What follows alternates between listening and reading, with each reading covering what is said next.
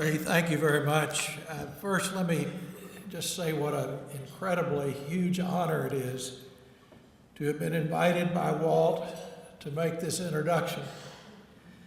It's infrequent that we get to publicly acknowledge the great works of friends and heroes, but today is an exception, and I am truly honored, Walt, to be a part of this proceeding. Now, what I want you to do is to listen very, very carefully, particularly to the question I'm about to ask you. The question is this: what do Elvis Presley, North Central Expressway, the desegregation of Dallas schools, the National Postal Service, DART, and the Harlem Globetrotters have in common? If you answered, "I don't have a clue," then I wouldn't be surprised. But if you answered Walt Humann, you would be absolutely correct. And let me explain a little bit about that. Ray referred to other chapters in our collective lives that we have in the past where we came together. I first met Walt in 1966. At the time, I was a graduate student in the engineering school at SMU, but I had walked across the street and was participating in a research project in what is now the Cox School of Business. It was funded by the Post Office Department. In conjunction with that grant, I'd made a trip to Washington to meet Larry O'Brien, who was at that time the Postmaster General. And when I entered the postmaster's office, there was an Abraham Lincoln-like tall and straight fella standing over in the corner. And he was introduced to me as Walt Humann, White House Fellow from Dallas, Texas. He had been assigned as his White House Fellowship program to work with Larry O'Brien. Now, at the time, I knew nothing about the White House Fellows program. It had been started a couple of years before by President Lyndon Johnson. But what I did know after that first meeting was that the tall guy in the corner was somebody really, really special. Later, after he returned to Dallas, Walt and I connected, and he shared with me that the experience with the White House Fellows program had had a profound impact on his life. And one of the things that it had convinced him was that he personally and individually could make a difference in his community. And he returned to Dallas with the intent to do so. Now, some people approach community services like sprinters, and others are more like marathon runners. The sprinters often flit in and out of community organizations. They get their names on boards, and they collect directorships as if they were trophies, and they hang them on the walls, and they don't hang around very long, especially when the going gets tough. Others, like Walt Humann, are like marathon runners. They seek out the tough issues, those that can't be solved overnight, but because of the strategic nature of the issues, will have a profound impact on the community if a solution can be found. Civic leaders like Walt are there for the long pull.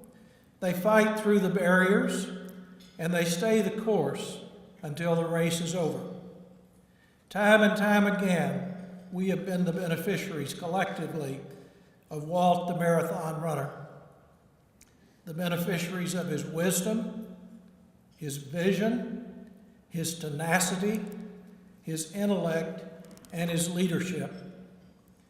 Now, speaking of intellect, the fact is that Walter is scary smart.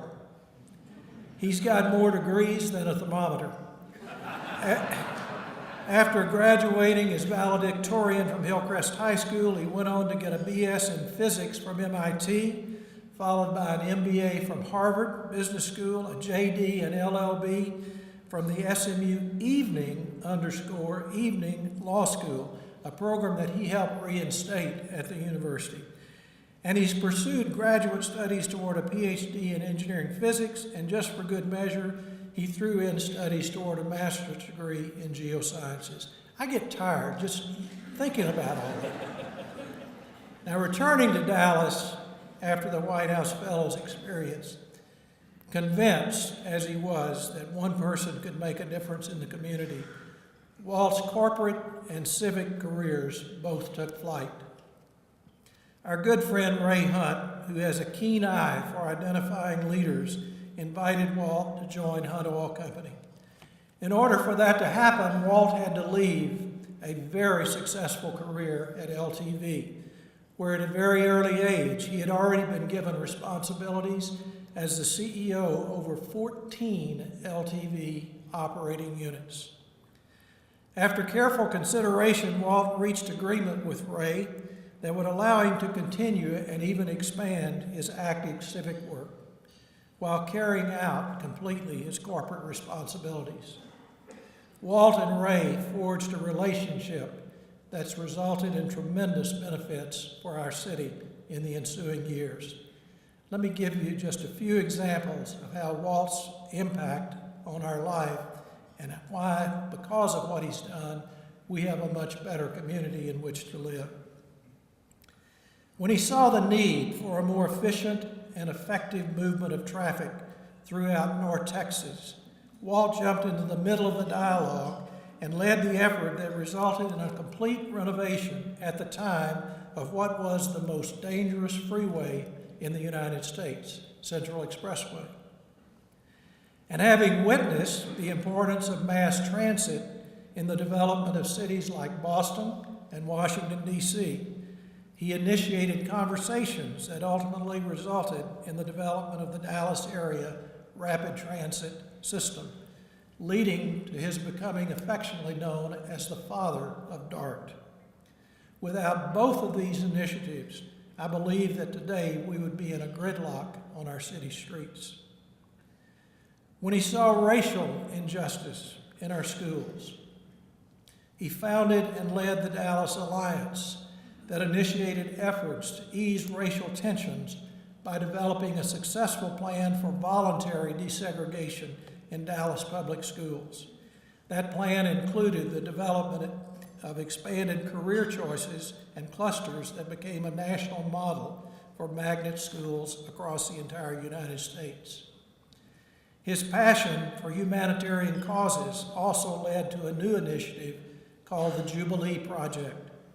As founding chair of the Jubilee Project, Walter experienced some of his greatest joys as he helped lead the revitalization of a blighted 62-block area in East Dallas. In that role, he also experienced one of his greatest disappointments because for one of the first times in his life, he could not get the people around the table to agree to build Dallas Cowboy Stadium at Fair Park.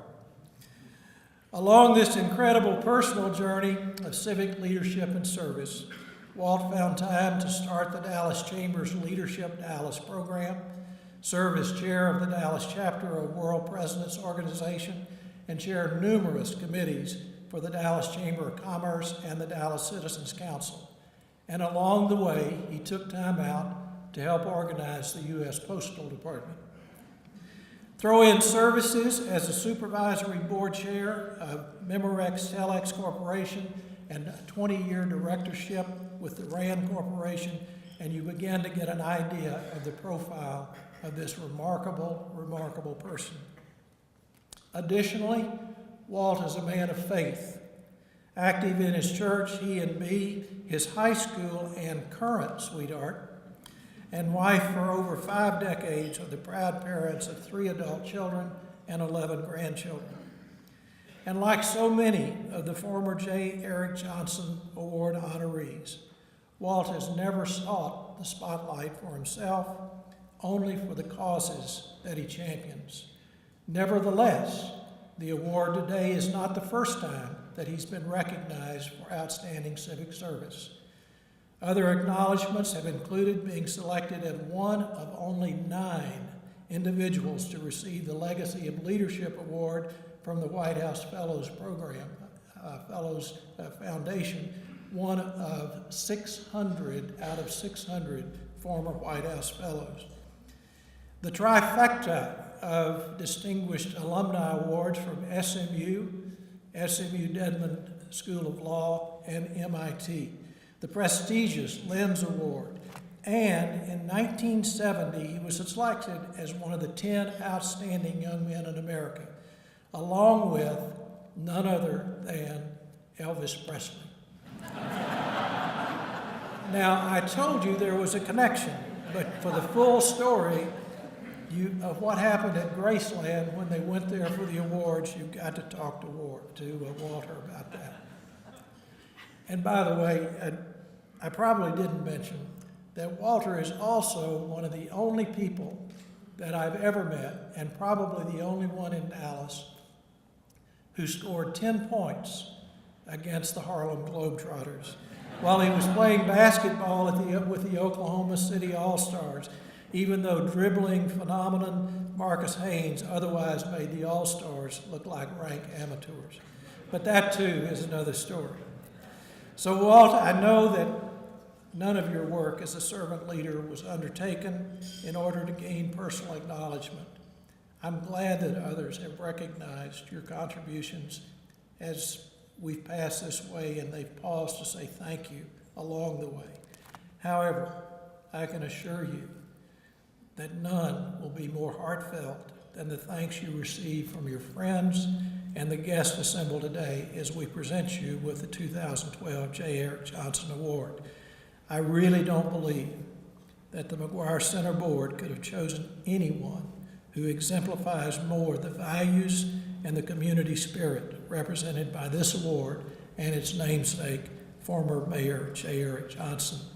Ladies and gentlemen, as he makes his way to the podium, please join me in a huge thank you and warm congratulations to our friend and great community leader, Walter Humann.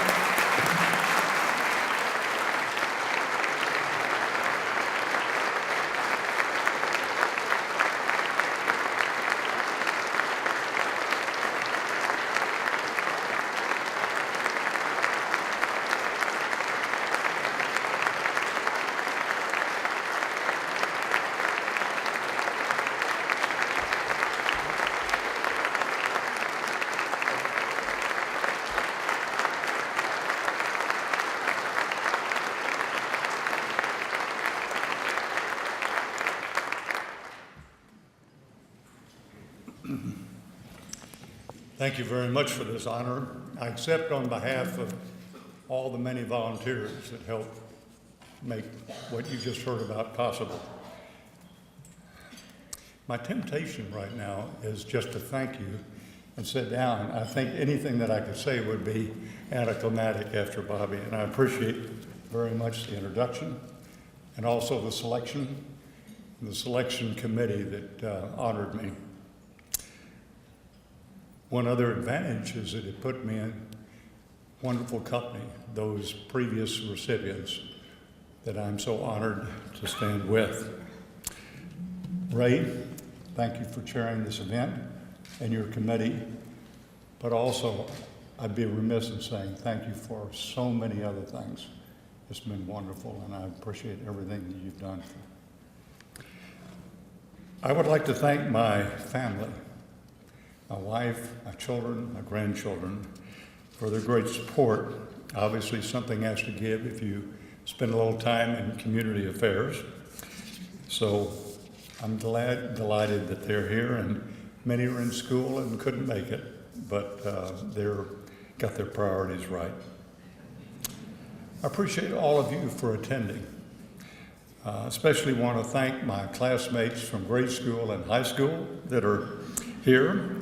Those friends from Hunt Oil Company that are here, the wonderful volunteers, the people that did all the heavy lifting, they deserve the credit for these events. And I'm talking about the Jubilee Project, DART, Central, Transportation, Dallas Alliance, and others. I'd like to thank two other people who are not here, two other groups. First, my parents. Both are deceased. They had an incredible influence on my life. Secondly, I'd like to thank a mentor of mine named Jack Lowe Sr. Jack Lowe really was primarily responsible for the Education Task Force of Dallas Alliance and what they did. He was one of the kindest individuals that I ever met. And I think we were so fortunate that all his genes were imparted to his son, Jack Lowe Jr., who is one of our recipients. I'll miss Jack every day. He's a wonderful friend.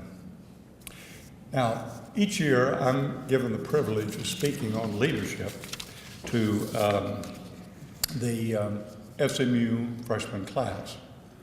And what I'd like to do is I would like to introduce those three individuals that are representing them, and Julia Olson, Hannah, and Daniel Poku. Are you here? Would you please rise and stand?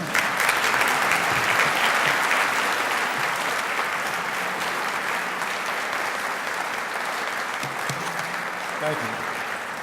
Well, they have double jeopardy. They've heard me speak twice. So, I'd like to introduce two women.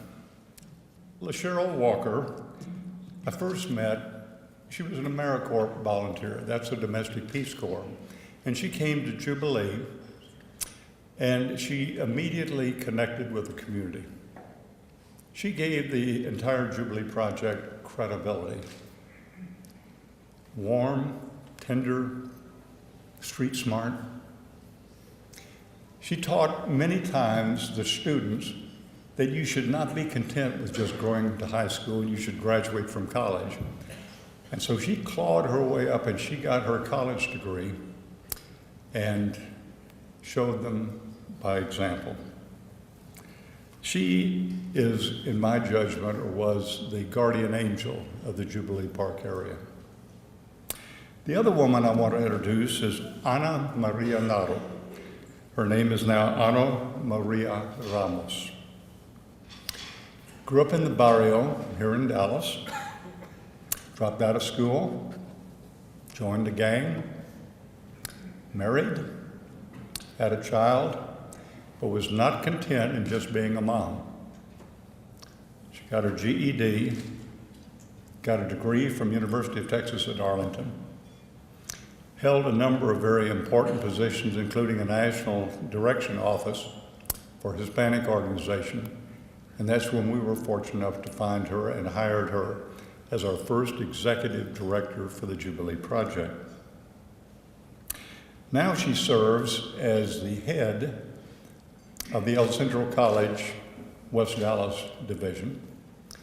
But the most important thing is this May, she will graduate from the best law school in the universe, evening program, SMU. Ana Maria and LaCheryl, would you stand up?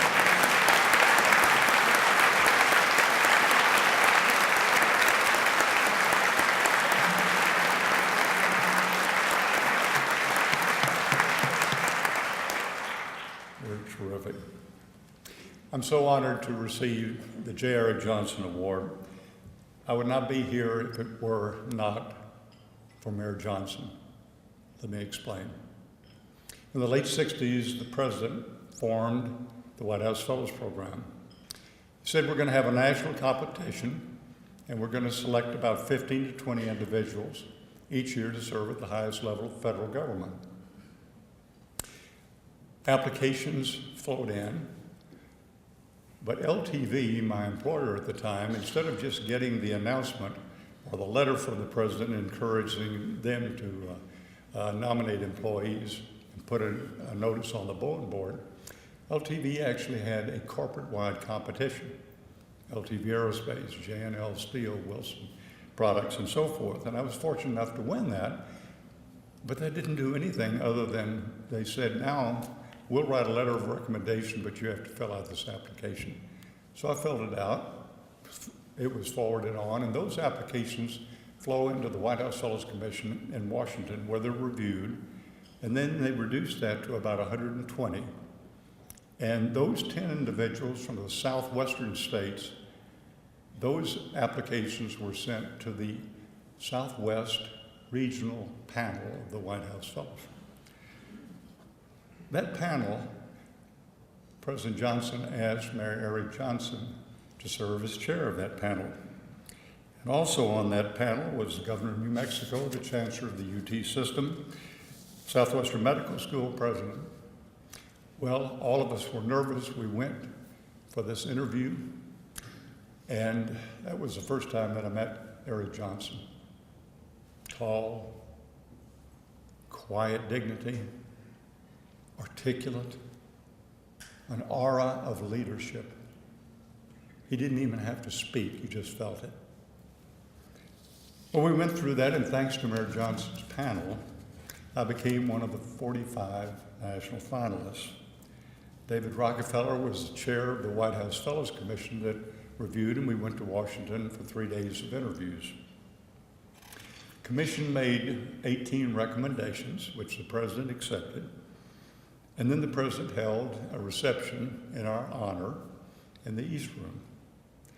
And imagine a person from Dallas, Texas, going up there and big as life, the cabinet secretaries and their wives, president of the White House Fellows Commission. And it was during that reception that I learned the following.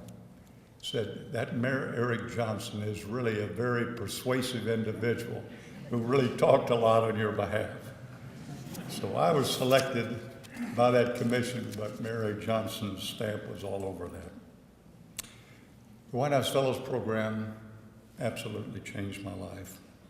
After a year of service, as was mentioned, I returned to Dallas, rejoined and began my business career again with LTV, but I was eager to get involved in community activities.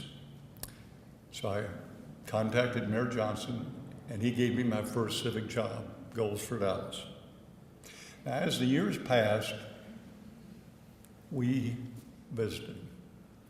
He would call me sometimes, but most of the time I would pick up the phone and call him.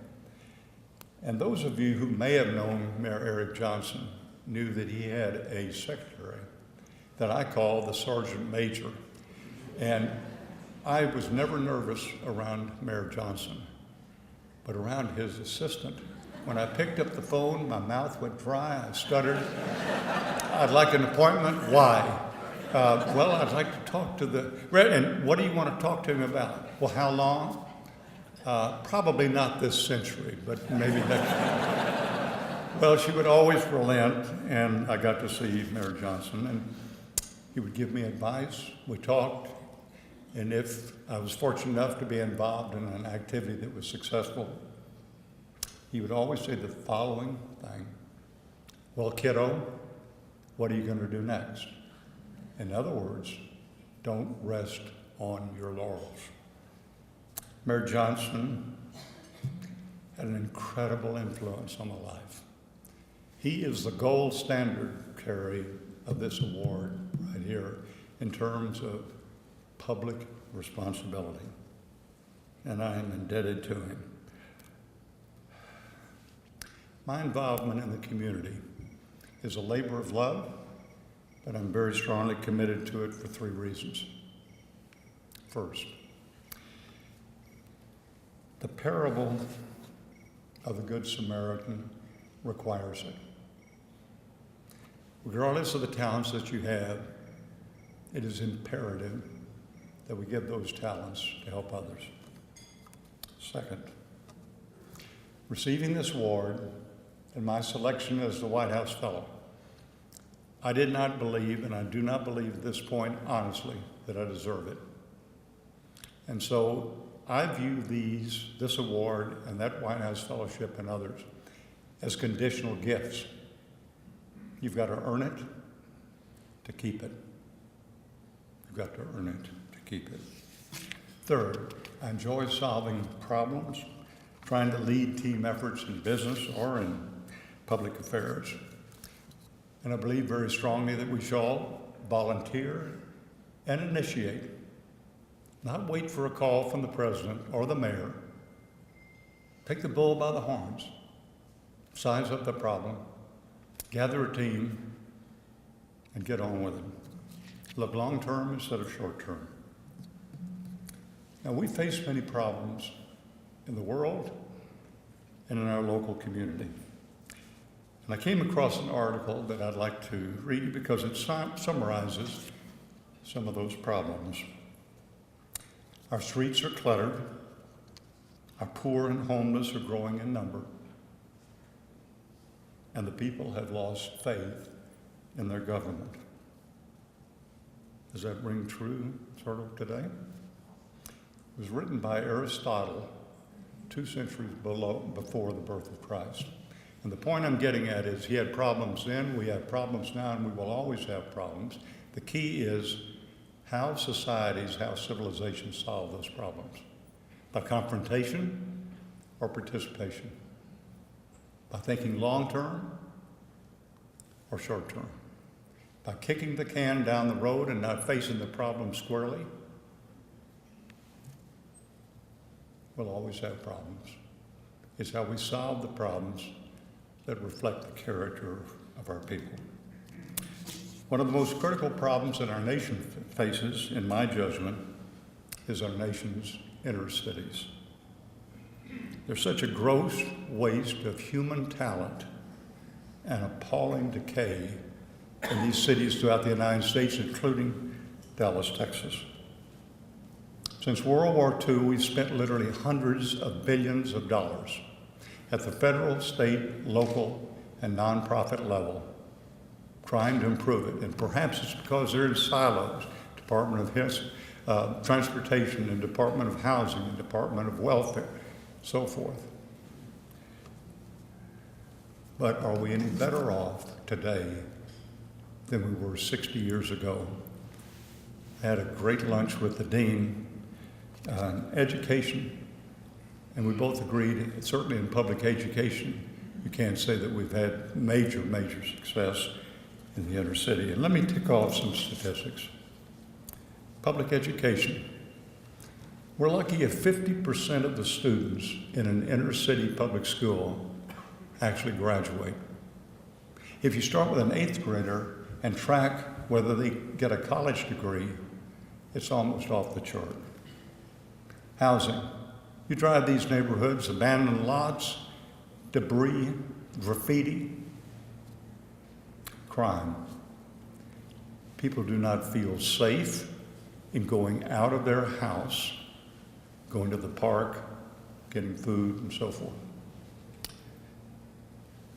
A number of years ago, before we started the anti-crime task force in Jubilee, we had a meeting in the evening, about 100 Hispanic and African American residents. And I asked the following question: how many of you have been a personal victim of crime in the last 6 months? Not know of someone, not have a relative, you. 80% of the hands went up. Now just imagine in your own neighborhood, if you took that kind of vote, how you would feel. That's in the United States. It's not in some foreign country. Poverty, 17 million kids go to sleep at night hungry. In health, obesity is rampant, and drugs are tearing the American family and in the inner cities apart. We are so blessed to have the police. They are doing everything that they possibly can to hold back this wave and tide. 30 years ago, the incarceration rate in the United States was double what it was for developing countries.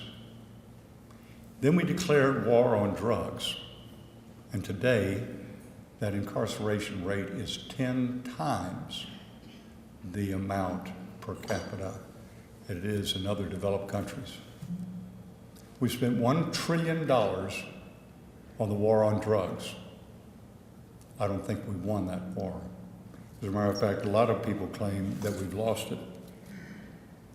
Employment, about 25% plus of the people in inner cities are unemployed. And a lot of those unemployed can't get a job because of education, or they may be an ex-offender.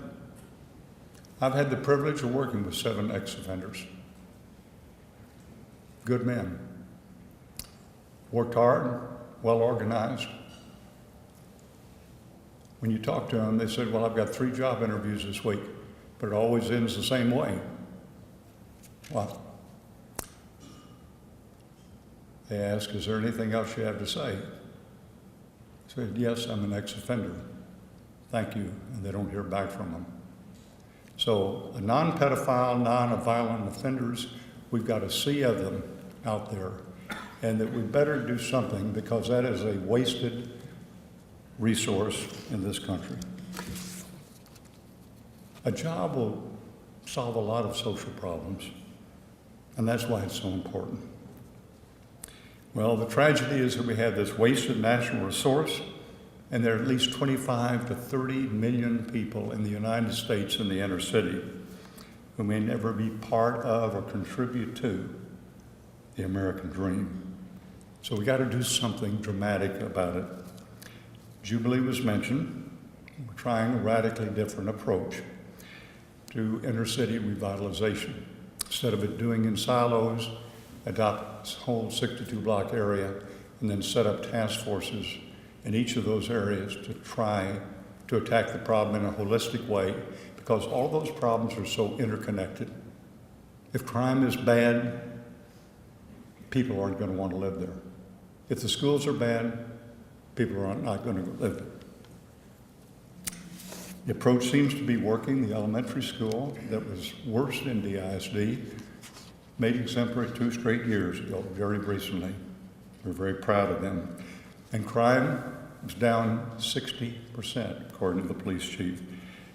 And it's transformed, I think, the Jubilee Park to an area where people are not afraid to go out.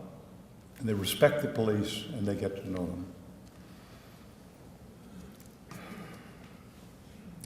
Government alone can't solve this problem. It's too big, it's too expensive, it's too pervasive.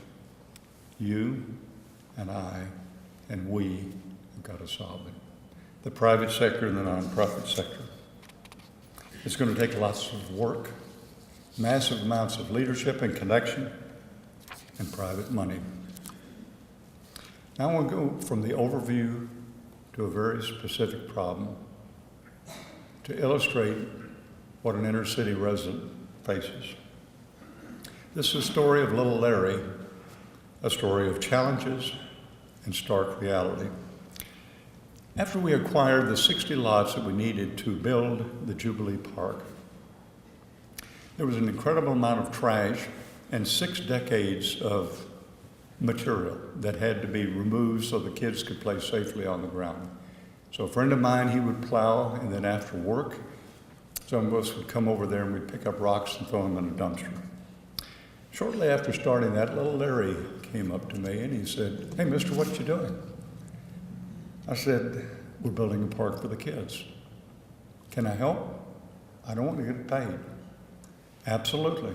So I went over, got him a pair of gloves, and then began a relationship between little Larry and myself.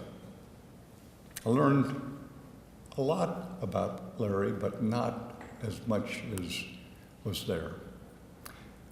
Larry was a 10-year-old, 4th grade African American, didn't attend school very often, very obese. In addition to that, he had tried to pierce his ear, and this earlobe had grown to about half the size of his normal ear. One day, he let on that the kids made fun of him. And I said, "Larry, we've got some friends. We've got a doctor, plastic surgeon. We could take care of you. Will it hurt?" "No, it won't hurt. It'll be a little prick, and then we'll go with you." He thought about it for a day, and next time he said, "Okay, I've decided to do it." So I asked Cheryl we needed parental consent. And that's when we learned the awful truth about little Larry. He had no father. His dad was in prison. His mom was a crackhead, and she was in and out of prison, and when she would get out of prison, she would beat him unmercifully. And that's why, when he was around other kids, all those reactions came out. He picked fights. He was aggressive. Around me, always very respectful. If there was ever the equivalent of a human stray dog wandering around the neighborhood, it was Larry, because more often than not, he would not go home. He would sleep at a friend's house on the floor or on a couch and grab food from his classmates. What chance do you think that Larry is going to have to make it to a young adult if he's not killed in crossfire, caught up in drugs, or beaten by an abusive parent? Or if he makes adulthood, that he'll have a meaningful job and not come down with diabetes. The tragedy is there are 1,000 Larrys in just Dallas County alone, and 100,000 in the United States alone. When you're in Jubilee Park, you can look in the distance and see about 1.5 miles downtown Dallas, these magnificent skyscrapers that touch the heavens. They're symbols of our dynamic economy, strength, success, and the people who occupy them basically have it made, and it's in stark contrast that you see people in the inner city and what they are dealing with. And this poem reminds me of that contrast. We are blind until we see that in the human plan, nothing is worth the making if it does not make the man. Why build these cities glorious if man unbuilded goes? In vain we build this world, unless the builder also grows. Now, there are stories of hope in the inner city, and it's the people and the indomitable spirit that they have within them. And I'd like to tell you a story about the Soto brothers. Early on, we knew that we needed a park because the school ground had only a postage stamp park, and a number of us would drive by this very narrow street, and I'd always see 2 African-American high school boys bouncing their basketball on the front porch. So I stopped one day and said, "Why don't you guys play basketball?" And he said, "Well, we don't have any place. It's about 5 miles over to the school." And that was a term, the start of the Jubilee Park. Well, in that connection, we needed to acquire 60 lots. We had a full block that we wanted to acquire. And in an inner city, you have 4 problems in acquiring property. First, chain of title, finding out who owns it. We had some lots 50 by 100 feet that had over 35 owners in them. Next, number 2, once you find the chain of title, you've got to find the people to convince them. We found people in Alaska, the Watts in LA, in prison, and all had to be found and agreed to sell. Third, you had to get each individual to agree voluntarily to sell for cash and not hold us up. One person had a lot that was valued at about $15,000 and asked $250,000 and a new car. And unfortunately, we couldn't grant that. But now I want to talk about the Soto brothers, because if you can imagine this full block area with a dirt road that intersected one of those areas, and right in the center of that park, which in itself was in the center of the Jubilee Park area, 62 blocks, were the 2 shotgun houses in which the Soto brothers lived on either side of that dirt road. I approached them and asked if they would be interested and willing to sell. Initially, they were not interested. Well, we talked about the kids and not having a place to play. Shortly thereafter, we got together again, and they had agreed to sell. On the appointed day, I brought the deeds and the checks, parked the car on that street, walked down that dirty road, And on either side, there was trash piles and so forth. And right in the center were those two houses. And what saw me amazed me. Because these houses were shotgun houses and had a front porch that was about 2 feet above the ground level. And gathered between the two houses were their whole families, dressed in Sunday clothes. I said hello to them. The elder Soto turned to his son and said, "Bring the table." Another son brought some chairs and put it up on one of the front porches, and then the wife brought a tablecloth and laid it down on the table. He motioned me to sit down, and the three of us signed the deed, exchanged the checks.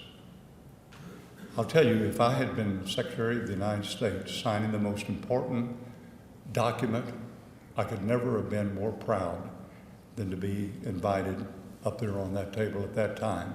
And the point I'm getting at is they knew exactly what they were doing. They wanted to have formality and ceremony because what they were doing made incredible difference. So, with that, we built our park. The rest came later. You know, there are wonderful people in the inner city. They just need to be given help and a chance. Most that I've dealt with are not looking for a free handout or welfare.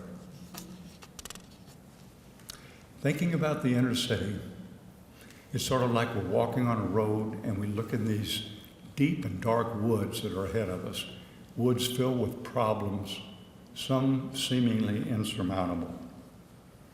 And yet we can't be deterred. We need to keep on because in those woods are lovely, wonderful opportunities for progress if we'll just address them.